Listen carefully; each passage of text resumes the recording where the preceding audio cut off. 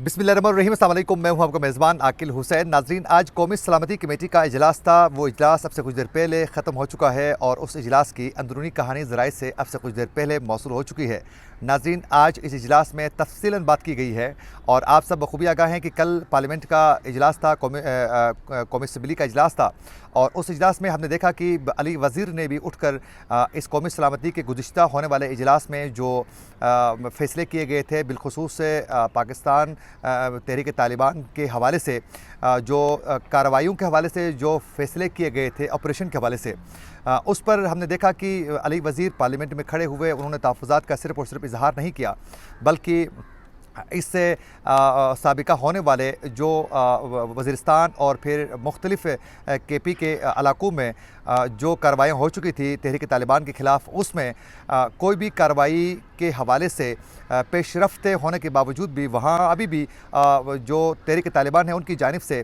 कार्रवाइयाँ अभी भी बदस्तूर होने की वजह से उनका ये कहना था कि उसमें मुलविस जितने भी जर्नल्स थे उनके ख़िलाफ़ फ़ौरी तौर पर कार्रवाई की जाए। और उन्होंने कहा कि अगर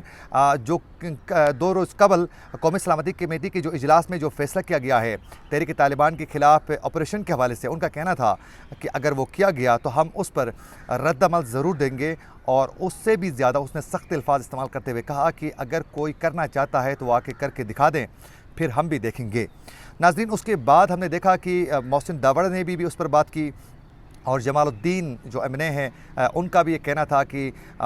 हम पार्लियामेंट के इस फ्लोर में ही बोलना चाहते हैं। उसकी वजह ये है कि जब कल कौमी सलामती कमेटी का इजलास होगा तो उसमें मुमकिन है कि जो वहाँ जो फ़ौजी आएंगे वो हमें बोलना नहीं देंगे। तो उस वक़्त हमने देखा कि स्पीकर कौमी असम्बली ने कहा कि कल ये तमाम गुफ्तगू होगी और हमने तमाम सिक्योरिटी इदारों के जो हुकाम हैं उनको भी बुलाया है और आप भी वहाँ अपने तहफ़्फ़ुज़ात का इजहार ज़रूर कर सकते हैं। तो आज कौमी सलामती कमेटी का ये इजलास हुआ और उस इजलास में नाज़रीन अस्करी हुकाम की जानिब से कौमी सलामती कमेटी के इजलास को मौजूदा जो सूरत हाल है सिक्योरिटी के, उस हवाले से ब्रीफिंग दी गई है। और ज़राए का ये कहना है कि कौमी सलामती कमेटी के इजलास में DG मिलिट्री ऑपरेशंस की जानिब से हुकाम को बाकायदा ब्रीफिंग दी गई है और उससे भी नाज़रीन आज के इस कौमी सलामती के इजलास में ज़राए का ये कहना है कि कलअदम TTP के साथ माजी में जो मुज़ाकरात और ताज़ा हमलों की जो तफसीलात थी उस हवाले से भी बाकायदा ब्रीफिंग दी गई है। और ज़राए का ये कहना है कौमी सलामती कमेटी के इजलास में मुल्की माशी सूरत हाल पर भी बाकायदा ब्रीफिंग दी गई है। और नाज़रीन,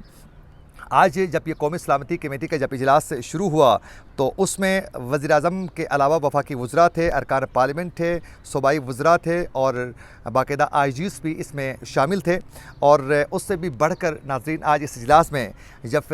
आर्मी चीफ़ इस इजलास में पहुंच गए, जब उनकी आमद हो गई तो उस वक़्त तमाम अरकान पार्लियामेंट ने डेस्क बजाकर उनका इस्तकबाल किया और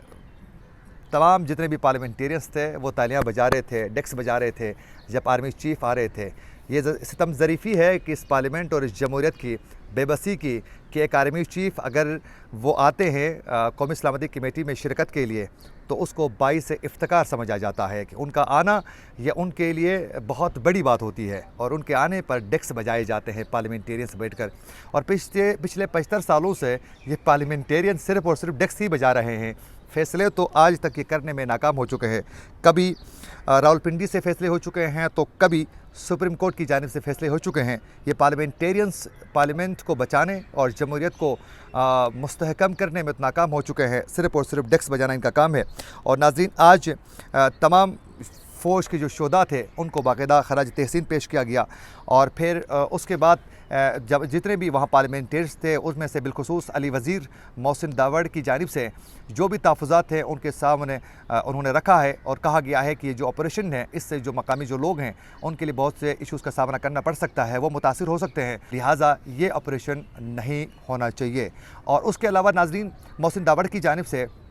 बाकायदा ये कहा गया है कि जो फ़ौजी अभी तक की जो पॉलिसीज़ हैं उस पर गौर करने की ज़रूरत है। मुल्की पॉलिसियों के हवाले से उन्होंने बात की है कि सिक्योरिटी के मामले को लेकर जितने भी अभी तक के जो पॉलिसीज़ अपनाई गई हैं उस पर गौर करने और उन पॉलिसियों को दोबारा देखने की ज़रूरत है। बिलखुसूस पार्लियामेंट के फ्लोर में लाकर उन चीज़ों पर गौर करने की अशद ज़रूरत है। इलेक्शन के मामले को लेकर भी बातचीत तो नहीं हुई, अलबत्ता सिक्योरिटी के मामलों पर बातचीत ज़रूर हो चुकी है और अभी भी जो